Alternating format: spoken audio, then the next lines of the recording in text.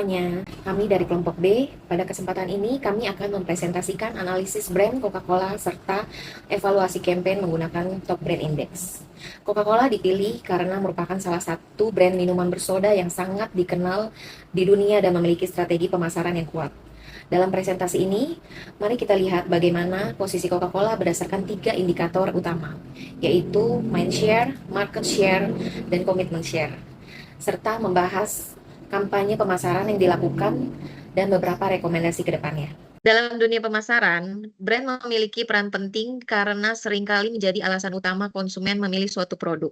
Salah satu brand yang sangat terkenal di kategori minuman bersoda adalah Coca-Cola. Coca-Cola adalah salah satu brand minuman bersoda paling terkenal di dunia. Identitasnya kuat melalui konsep The Power of Red, yang membuat brand ini mudah dikenali. Bahkan sering disebut bahwa kata Coca-Cola adalah salah satu kata paling dikenal di dunia setelah oke. Coca-Cola juga berada di industri FMCG, khususnya kategori Ready to Drink, yang memiliki persaingan sangat ketat atau Red Ocean. Karena itu, menarik untuk melihat posisi Coca-Cola melalui mind share, market share, dan commitment share. Selanjutnya akan dibahas oleh rekan saya. Poin selanjutnya, saya akan menjelaskan mengenai profil brand Coca-Cola. Coca-Cola merupakan salah satu minuman bersoda paling terkenal di dunia. Brand ini pertama kali diperkenalkan pada tahun 1886 oleh John Steed Pemberton di kota Atlanta. Salah satu kekuatan utama Coca-Cola adalah identitas brand yang sangat kuat. Kita bisa melihat dari penggunaan warna merah yang khas, logo yang sangat mudah dikenali, serta slogan-slogan ikonik seperti Open Happiness dan Taste the Feeling. Elemen-elemen ini membuat Coca-Cola sangat mudah diingat oleh konsumen. Selain itu, Coca-Cola juga aktif menjadi sponsor dalam berbagai acara besar seperti FIFA World Cup, dan Olympia Games. Dengan strategi branding yang konsisten, jaringan distribusi yang sangat luas, serta kampanye pemasaran yang kreatif, Coca-Cola berhasil mempertahankan posisinya sebagai salah satu brand minuman paling kuat di dunia hingga saat ini. Profil brand yang kuat inilah yang kemudian mendukung keberhasilan Coca-Cola dalam membangun mind share, market share, dan komitmen share di kalangan konsumen. Untuk pembahasan selanjutnya akan dijelaskan oleh rekan saya. Selanjutnya kita akan masuk ke indikator pertama, yaitu dari Top Brand Index, yaitu mindshare ataupun kesadaran merek. Sederhananya, mindshare mengukur seberapa dalam sebuah merek tertanam di benak konsumen. Ada 3 poin yang akan saya bawakan di sini, yaitu adalah pertama, dari top of mind, Coca-Cola telah berhasil mencapai level di mana merek mereka menjadi jawaban spontan orang yang berbicara tentang minum bersoda ataupun soft drink. Hampir bisa dipastikan, brand inilah yang akan masuk dalam benak pertama kali orang di saat mereka memikirkan tentang yang namanya soft drink. Lalu kedua, aset visual, yaitu kekuatannya. Coca-Cola bukan hanya sekedar logo, tetapi juga sebuah identitas yang sangat kuat.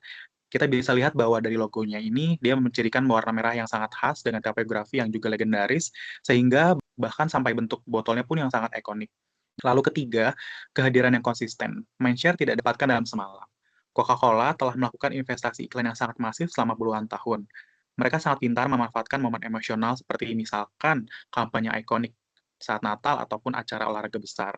Konsisten inilah yang memastikan merek mereka tetap segar dan relevan dalam ingatan kolektif konsumen dari generasi ke generasi. Untuk kelanjutannya akan disampaikan oleh rekan saya. Oke, pada bagian ini saya akan menjelaskan mengenai market share atau daya saing di pasar Coca-Cola. Pertama, dari sisi distribusi produk, Coca-Cola memiliki sistem distribusi yang sangat luas dan kuat. Produk ini tidak hanya tersedia di supermarket dan minimarket modern, tetapi juga dapat ditemukan di warung-warung kecil hingga daerah pelosok desa.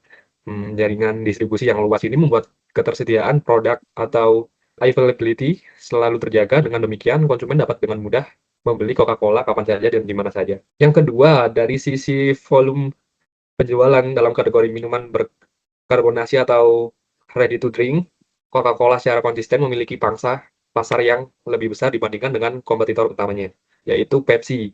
Hal ini menunjukkan Coca-Cola masih menjadi salah satu merek yang paling kuat dominan di pasar minuman ringan. Jika dilihat pada pasar Indonesia, produk Coca-Cola juga masih sangat mudah ditemukan di berbagai rak penjualan di supermarket maupun minimarket. Kondisi ini memperkuat posisi Coca-Cola sebagai salah satu pemimpin pasar dalam industri minuman berkarbonasi. Demikian dapat disimpulkan bahwa Coca-Cola memiliki daya saing pasar yang sangat kuat. Selanjutnya, pembahasan akan beralih pada komitmen share.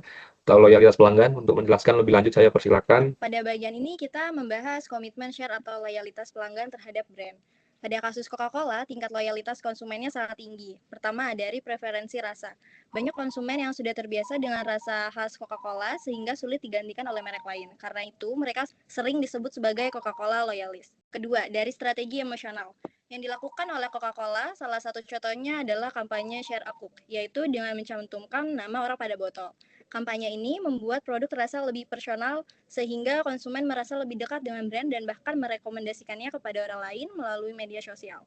Ketiga adalah repurchasing atau pembelian ulang. Tingkat pembelian ulang Coca-Cola sangat tinggi karena produk ini sudah menjadi bagian dari gaya hidup dan tradisi sosial masyarakat. Misalnya saat makan bersama keluarga atau saat perayaan hari besar seperti Natal. Dari hal tersebut dapat disimpulkan bahwa Coca-Cola tidak hanya memiliki banyak konsumen, tetapi juga memiliki konsumen yang setia dan terus membeli produknya dalam jangka panjang. Selanjutnya akan dibahas oleh rekan saya. Menurut analisis kami, Coca-Cola adalah brand yang konsisten dalam membangun keterikatan emosional dalam kampanye-kampanyenya. Ada dua contoh. Pertama, dimulai pada tahun 2010 melalui kampanye yang bernama Happiness Machine. Coca-Cola menerapkan strategi pemasaran berbasis pengalaman dengan memanfaatkan mesin penjual otomatis untuk memberikan kejutan menarik kepada para konsumen.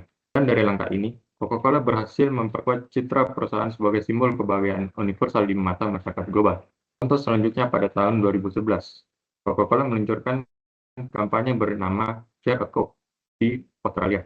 Dalam kampanye ini, Coca-Cola menerapkan strategi personalisasi produk, yakni mengganti logo perusahaan dengan nama-nama konsumen pada kemasan produk mereka. Dan langkah yang diambil ini terbukti sangatlah efektif, karena konsumen merasa memiliki keterikatan personal yang kuat dengan brand Coca-Cola, sehingga secara langsung memicu penyebaran konten kreatif di media sosial yang meningkatkan promosi brand Coca-Cola secara sukarela. Integrasi kedua strategi ini membuktikan bahwa Coca-Cola mampu memadukan pengalaman unik dan pengalaman individu untuk menjaga loyalitas konsumen dalam jangka panjang. Poin selanjutnya akan dibawakan oleh rekan saya. Saya akan menjelaskan mengenai beberapa kekurangan dalam campaign yang dilakukan oleh Coca-Cola serta peluang perbaikannya. Pertama, kurangnya fokus pada tren kesehatan, karena saat ini banyak konsumen mulai beralih ke minuman yang lebih sehat. Kedua, kurangnya interaktivitas dalam digital experience pada konsumen, terutama generasi muda, lebih tertarik pada kampanye yang interaktif di media sosial. Ketiga, personalisasi yang masih terbatas, sementara konsumen saat ini lebih menyukai pendekatan pemasaran yang lebih personal. Terakhir, kurangnya sensitivitas terhadap preferensi konsumen yang dapat dilihat dari kasus Neocook yang sempat menimbulkan respon negatif dari pasar. Dari beberapa kekurangan tersebut, Coca-Cola sebenarnya memiliki peluang untuk mengembangkan campaign yang lebih relevan dengan kebutuhan konsumen saat ini. Selanjutnya, sebagai solusi perbaikan campaign, Coca-Cola dapat memperkuat campaign healthy lifestyle dengan mengembangkan produk rendah gula atau tanpa gula. Selain itu, Coca-Cola juga dapat membuat campaign digital yang lebih interaktif melalui media sosial agar dapat meningkatkan engagement dengan konsumen, terutama generasi muda. Terakhir, Coca-Cola dapat menerapkan hyper-personalized marketing, yaitu strategi pemasaran yang lebih personal dan disesuaikan dengan preferensi konsumen. Dan yang terakhir, sebagai kesimpulan, Coca-Cola merupakan brand minuman yang memiliki kekuatan besar dalam strategi komunikasi pemasaran. Hal ini terlihat dari mindshare yang tinggi yang menunjukkan bahwa Coca-Cola sangat mudah diingat oleh konsumen. Selain itu, Coca-Cola juga memiliki market share yang kuat di pasar global dan komitmen share yang baik melalui loyalitas konsumennya. Namun, untuk mempertahankan posisinya di masa depan, Coca-Cola perlu terus berinovasi dan menyesuaikan strategi pemasaran dengan perubahan tren dan kebutuhan konsumen. Terima kasih sudah menonton presentasi kami, semoga membantu.